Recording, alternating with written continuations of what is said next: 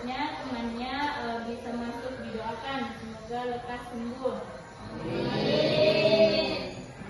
Oke, sebelum masuk ke materi, baiknya kita ice breaking dulu.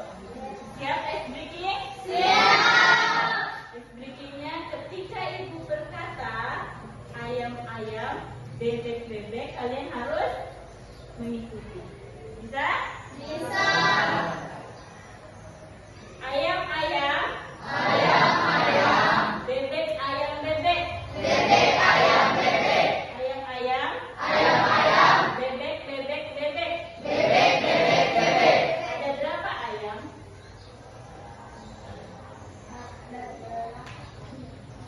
Ada berapa ayam? Ada berapa ayam? 5. Ada berapa? Ya, benar. Ada berapa? Ayam. Jadi tidak dihitung ayamnya ada berapa, tapi harus mengikuti apa kata ibu.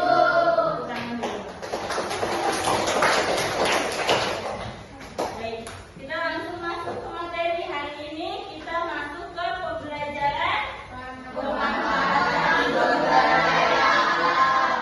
Ada yang ingat minggu sebelumnya kita belajar materi apa? Keragaman alam Indonesia. Keragaman alam Indonesia. Ada yang tahu tidak apa kaitan antara keragaman alam Indonesia dengan pemanfaatan sumber daya alam? Ayo Bu. Ya, silakan. Keragaman alam Indonesia meliputi berbagai ekosistem dan sumber daya alam memberikan potensi besar untuk dimanfaatkan. Nah, benar sekali, tepuk tangan.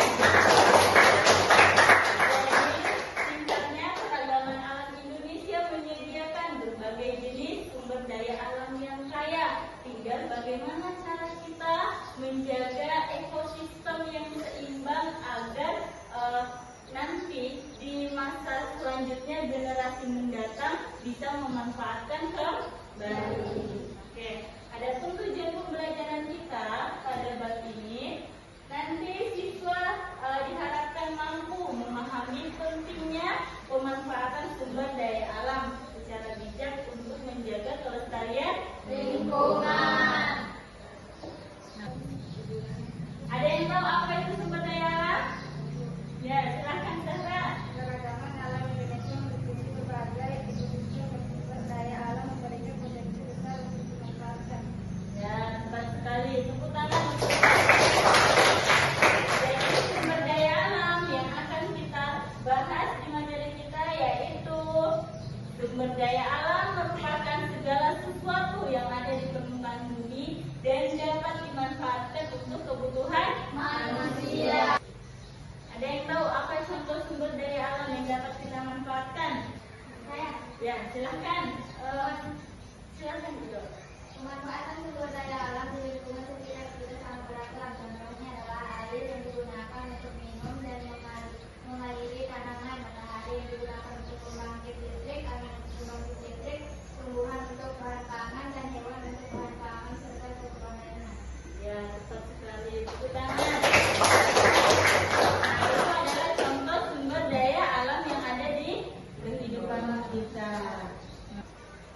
Dari pertemuan kita hari ini, apakah ada yang masih kurang dimengerti?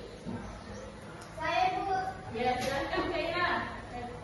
pertanyaannya adalah apa saja contoh eksploitasi sumber daya alam? Nah, apa saja contoh eksploitasi sumber daya alam? Ada yang mau membantu bertanya? Ya, silakan. Contohnya adalah pengembangan liar, pengembangan ilegal, dan penggunaan pestisida pada perkebunan dapat menyebabkan kerusakan lingkungan dan hilangnya keanekaragaman hayati. Nah, itu jawabannya.